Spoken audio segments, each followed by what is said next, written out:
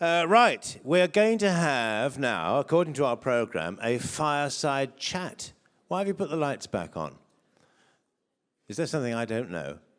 Right, the fireside chat does not involve lighting a fire on the stage because that would push Sally's insurance premium through the roof, I think. What's this mass exodus going on? Okay, well, with apologies to the participants in our fireside chat for the mass desertion, but luckily the proper people, the clever people, the sensible people are still here to listen to you. Nicola Rhone is going to interview Neal Stone from leapSTONE, so the floor is yours. Give them a round of applause, ladies and gentlemen. Thank you, Peter. Yeah, hopefully not too many people left. I'm going to try not to take that personally. Lovely to see everybody today. Hi, I'm Nicola Rhone from SHR Group.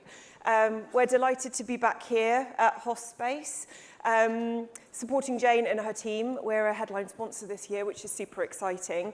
There's some information about us in your pack because I don't want to waste too much time on me because we have an amazing guest here today, which I would really like to get into the thick of with straight away. So by way of a brief introduction, let me give you a little bit of a little whistle-stop tour of Neal, because Neal is new to HOSPACE. He's not been here before. So Neal is from leapSTONE, former head of design for British Airways, and one of his many success stories was leading the design of the world's first flatbeds in business class, which is something I'm sure we all dream to experience. Many of you, I'm sure, probably have, me, yet to. But as well as running his very own innovation and design practice, Neal has taught design and innovation at the Royal College of Art and some of the world's most prestigious business schools. So I'm in the very lucky position today of being able to pick his fantastically creative but highly business-focused brain. And welcome, Neal, to your first HOSPACE. Thank you for having me. So I think it's safe to say we probably had the whole room at flatbeds in business class. So you're already a hero here, as far as we're concerned, but that doesn't nearly do enough justice to your background. So tell the room a little bit more about you. Sure. Some of you might have been in my bed, by the way. So, this is a bit of an odd way to start a talk. Yeah, you mentioned about BA. I was at BA for 12 years. We were doing end-to-end experience design effectively. Flatbeds was a massive step forward in innovation. I've worked on various projects in the railways. I've helped the NHS reduce violence and aggression in A&E.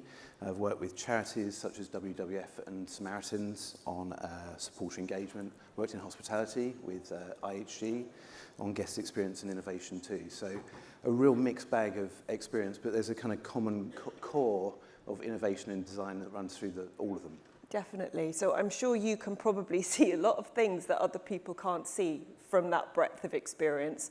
And those are all pretty pivotal things where design is leading the way, right? So, I mean, we have an array of hospitality professionals in the room today. And we've got everything from revenue, from marketing, from IT, to operations, to front of house. So where does design sit? Okay, I'm going to click this button. Hopefully a slide will come up. There we go. So I guess the bottom line is that good design is good business. Most people will kind of think about design in terms of interior design and some of the specialist disciplines, but it puts a serious amount of value into business when design is seated at the top table and taken seriously and taken and used strategically. In my view, and in lots of the work that I do, it can integrate lots of different bits of a business. So it can pull together the silos and really wrestle down to the ground some of the key issues that people are having. I won't repeat the stats that are on the slide. There are other reports that go alongside it. Yeah, no, absolutely. I mean, nobody can argue with those stats, right?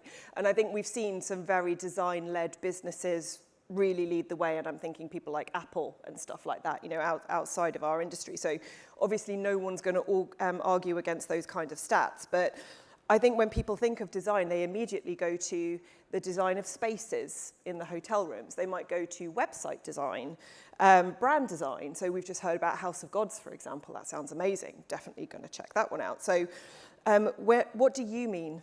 What do you mean when you say design? Everything you said and more. So increasingly UX, UI design, think about digital coming more and more mainstream, but then upping that again, think about service design, thinking about end-to-end experience design, which is kind of critical in the space that everyone works in here, of course. And then how do we manage that? How do we maintain the creative intent? So design management, design leadership. But actually all these things follow a common core rhythm of when it's done well. And if you'll humour me, and if anyone's got a scrap of paper in front of you, I'd like you to do some audience participation. Yay. To demonstrate I'll wake us up. Everyone up for that, to wake up? Yeah? The clock's ticking away really fast. So if you have, quick. if you've got a scrap of paper, 10 seconds. if you've got a scrap of paper, if you don't have a scrap of paper, imagine the following brief. Can you all please draw me a bridge? And you've got 15 seconds with your scrap of paper to draw a bridge. That is the brief. Draw me a bridge. Do you want me to do it too? Please, I'd love to see your bridge, yeah. Let's have a look at some of these This is bridges. going to be a terrible, terrible bridge. Let's have a look at your bridge, sir. An arch bridge down the front. What else have we got here? This has woken everyone up, hasn't it? What have we got here? Another arch bridge with two kind of columns. Brilliant. Another that could possibly be a stone bridge. What have we got over here? Brilliant. We've got a wide array of I'm sorry I can't get to the back, but we've suddenly got sort of 300 odd bridges, haven't we? Now, if I tell you that the reason that I need this bridge is to get across the river, and the river is about 2 tables wide, you don't need to draw these now, folks, but how else could I get across the river? Shout out some ideas. Jump, boat. How else? Sorry? Zip line, swim, exactly. And now if I tell you that the reason I need to get across this river is because I have to get a message to the other side, how else might I get a message across this river? Shout. Shout. How else? Throw a rock, perhaps? Message in a box. Nice. Telephone, Like thank you. Email, telephone, exactly. So if we go back to the charts, we started out by designing a bridge. That was my brief to you, wasn't it? Then we started to think about zip lines and rope swings and what have you. And we ended up perhaps with a text message and a phone. And actually, if you forget everything else I say today, maybe try to remember this. This is work that came out of the UK Design Council about 20 years ago. Most of your Monday mornings will be filled with exploring solutions. You open the inbox, open a text message, we need something fixing. Let's go straight to a solution, which is exactly what you did when you all drew me a bridge. Or if you imagined a bridge, thank you for imagining that bridge too. But good design practice has us take a step back. And that step back might be a coffee meeting, it might be a water cooler moment, it might be a year-long R&D process. But that step back has us explore the problem. And the point is that if you take the time to explore the problem, you're going to get to a better solution set because you're that bit more certain about the real problem that you're trying to solve. Yeah, no, as I told you this was good, right? So when we're doing that, because it sounds great in principle, but I think that can actually, when you step back and you look at the business's totality of hospitality, of everything that you've heard today, that could be quite overwhelming, right? So how do we get started? And I suppose also, and the last panel touched on it, how can we be careful that we reduce the answer of getting we reduce our chances of getting a great answer to the wrong question? How do we be careful how we frame the challenge? Sure. So there are tons of tools out there, but thinking about the audience today, this is my go-to tool that I think would be great for people to get their heads around. We've talked a lot about journeys and experiences and data today. We all came on a journey here, right? Whether you set out yesterday or whether you set out this morning. We tend to think about during when we think about journeys, but there's always a before and an after component. And actually using a simple tool like this to visualize what the customer journey is, what the steps are in that journey, have the customer walk along it, as it were, metaphorically. And this equally applies, by the way, to colleague experiences, also very important in this space. So, yeah. And then we can start to use these tools to ask, where are we letting people down? Where's the journey lacking? Where are we failing? And those become, looking at those miserable moments and magic moments, are places then to ideate and innovate. Okay, cool. So we've aligned behind our design principles, and we've involved all of our different stakeholders from across the business. So how do we then manage that with decision making when it comes to when we want to take action and solve some of these design issues? So if you'll humour me for just a second, if we root this back to technology, being a technology company, we've seen an explosion of technology providers over the last few years. And we have a market map, which the whole room will be familiar with. It's the hotel tech market map. It gets bigger and bigger every year, and it gets republished. The idea of it is to help the room navigate what kinds of technology touch each part of that customer experience, And I think we've almost kind of the end result of that is rather than a fear of missing out of technology, we've got a fear of messing up.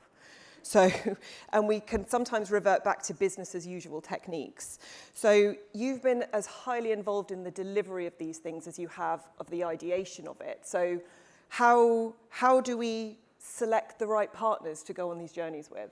It's a great question. So what I would do is I'd take that first step of the customer journey, which was the human level, and I'd unfold it. So think about the digital and physical components that form this journey. And then what I would do is I'd map out what would be our preferred way through this journey. The point is that all experience is now cross-channels. Yeah. And actually we use these tools in the design world to lay out and figure out, well, actually, how is a customer going to move from left to right, if this is a time-based chart? How do they move across these channels, and how do they do that seamlessly? If we're having to lift our finger from left to right or make a jump between the channels, then the journey's broken. So I would use a tool like this to take a step back, maybe collaborate, co-create with colleagues, with customer groups, et cetera, what would be the perfect journey for you? Yep. And then take stock of what's the digital role that a digital service might play in enabling and bringing this amazing journey to life. Yeah, absolutely. And I suppose with that in mind, it doesn't always have to involve the revolution of something, right? It could also involve the evolution of something that already exists but just needs to be tweaked or just reviewed around processes and ways of working and how we do things. Absolutely, yeah. Not all design processes or projects are the same. They don't all have to be grand, transformational breakthrough projects like flatbeds. It might be an incremental change to a check-in experience, for example, or it might be a much bigger sort of inquiry into how do we monetize our sort of open shared spaces better. Yep. Taking that step back, thinking about the problem, framing it properly, and going and exploring that creatively is key. These become tools. They're like a blueprint for the thing that you want to go and make happen. Yeah. So, I mean, just with that in mind then, should this be an entirely internal process? Or could we and should we be involving external stakeholders in that design process with us to help inform it, or perhaps think of it from angles that we haven't considered in amongst our teams? 100%. I would always encourage as diverse a set of voices into a process as possible, internal and external. I've run workshops where we've got sort of FTSE 100 board directors and people from across the business, all the different verticals, in the same room, in the workshop, as well as vendors and suppliers and other interested stakeholders. It's really important that. Yeah, no, so I mean, it's a bit of a reframe on a traditional RFP process, right, which can be highly kind of feature tick list led. It might almost be involved sort of designing a schematic of your ideal journey, much in the way that you've got on the screen here now, taking that to market and say, this is what we're creating. How are you going to input? How can you inform that? No, absolutely. I mean, I think it's really important that as a technology company, we do that too and seek that external input as we kind of continue to kind of navigate and design our own technology. I mean, I know we did a piece of research earlier in the year with H2C when we dived into direct booking acceleration. There's a QR code on the screen there if anyone's interested in a copy of that report, but it's very much informed how we go about designing our solutions moving forward, and also how we design our customer success around those solutions as well. That's super important. Neal, this has been a super insightful chat. We have 4 seconds. I hope he's good. Lots to take away, lots to think about, but if I could just trouble you for 3 key takeaways. Three key takeaways in under 0 seconds. Yeah, sorry, yeah. Go, quick. Takeaway Coffee 1, is waiting. perhaps refresh what you think of as design. It could be way more strategic and add some serious value to your bottom line. Takeaway 2, really stop and think about problems before solutions. I wonder how many people are now thinking, I've got a bridge underway, under construction, and maybe we could have solved that with a text message. And then number 3, think about before and after as well as during, and think about those other layers of the journey and how that might help. Brilliant. Neal, it's been an absolute pleasure. Thank you very much, everybody, for your attention.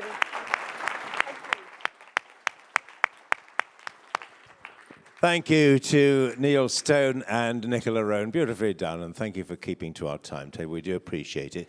To those who left the room a little bit early, they are the poorer, I think, for having missed that. Wouldn't you agree?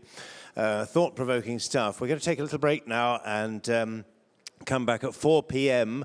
Whilst you're gone, please take the opportunity to have a look at the table plan for tonight. It will save you a lot of bother later on if you're staying with us for dinner. And don't forget, the reception area and the exhibition and the food and drink continues all the way around to this side. See you again at 4 o'clock. Thank you.